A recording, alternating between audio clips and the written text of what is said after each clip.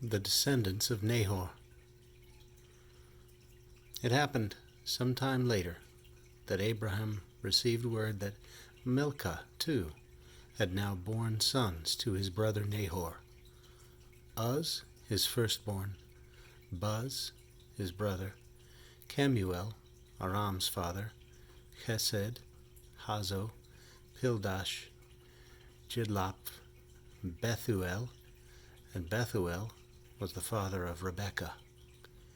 These are the 8 children Milcah gave Nahor, Abraham's brother. He had a concubine named Reumah, and she too had children, Tebah, Gaham, Tahash, and Maacah. The tomb of the patriarchs. The length of Sarah's life was 127 years. She died at Kiriath Arba, or Hebron, in the land of Canaan, and Abraham went in to mourn and grieve for her. Then, leaving his dead, Abraham spoke to the sons of Heth. "I am a stranger and a settler among you," he said. "Let me own a burial plot among you, so that I may take my dead wife and bury her." The sons of Heth gave Abraham this answer: "Listen, Lord, you are God's prince among us. Bury your dead in the best of our tombs. Not one of us would refuse you his tomb and keep you from burying your dead." Abraham rose and bowed to the ground before the people of the land, the sons of Heth, and spoke to them. "If," he said, "you are willing for me to take my dead wife and bury her, then listen to me.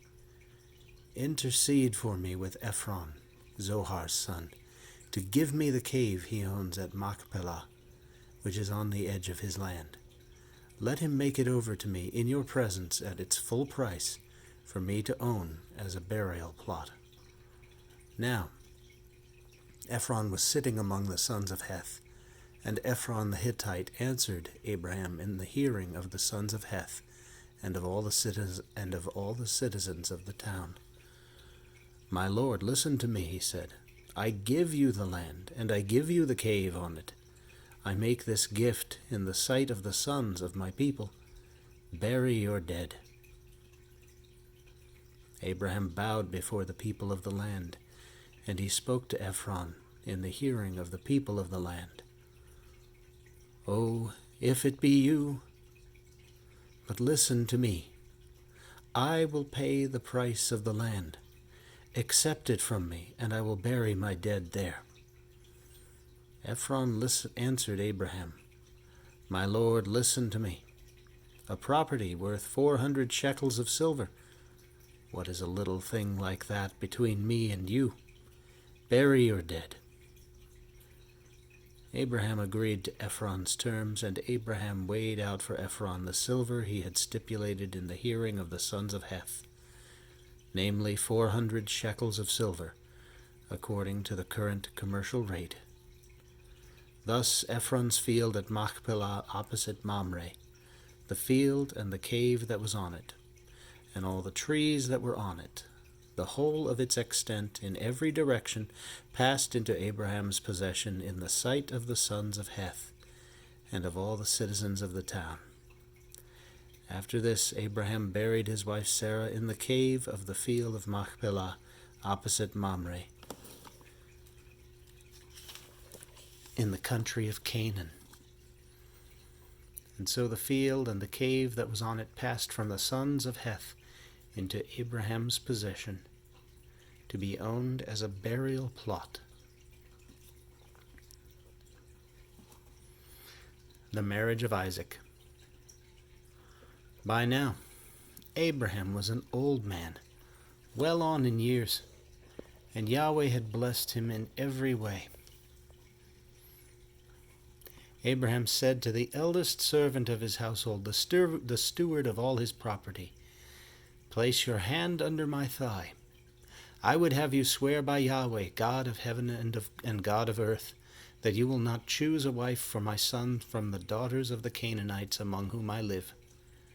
Instead, go to my own land and my own kinsfolk to choose a wife for my son Isaac." The servant asked him, "What if the woman does not want to come with me to this country? Must I take your son back to the country from which you came?" Abraham answered, "On no account take my son back there. Yahweh, God of heaven and God of earth, took me from my father's home and from the land of my kinsfolk, and he swore to me that he would give this country to my descendants. He will now send his angel ahead of you, so that you may choose a wife for my son there. And if the woman does not want to come with you, you will be free from this oath of mine. Only do not take my son back there." And the servant placed his hand under the thigh of his master Abraham, and swore to him that he would do it.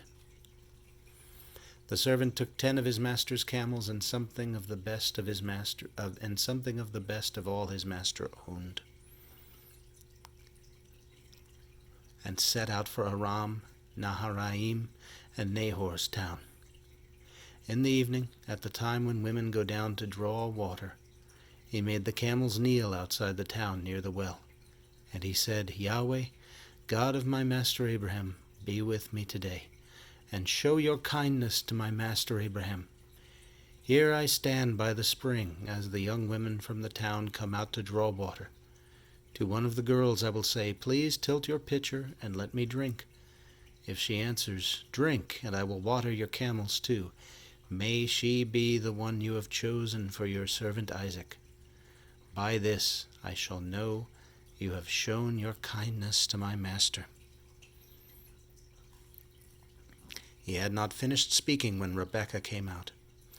She was the daughter of Bethuel, son of Milcah, wife of Abraham's brother Nahor.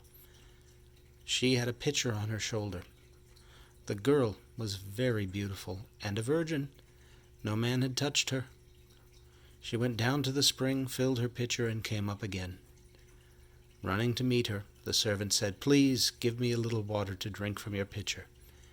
She replied, "Drink, my lord." And she quickly lowered her pitcher on her arm and gave him a drink. When she had finished letting him drink, she said, "I will draw water for your camels too until they have had enough." She quickly emptied her pitcher into the trough and ran to the well again to draw water, and drew water for all the camels, while the man watched in silence, wondering whether Yahweh had made his journey successful or not. When the camels had finished drinking, the man took a gold ring weighing 1/2 shekel and put it through her nostril, and put on her arms two bracelets weighing 10 gold shekels. And he said, "Whose daughter are you? Please tell me, is there room at your father's house for us to spend the night?" She answered, "I am the daughter of Bethuel, the son whom Milcah bore to Nahor." And she went on, "We have plenty of straw and fodder, and room to lodge." Then the man bowed down and worshipped Yahweh, saying, "Blessed be Yahweh, God of my master Abraham, for he has not stopped showing kindness and goodness to my master. Yahweh has guided my steps to the house of my master's brother." The girl ran to her mother's house to tell what had happened.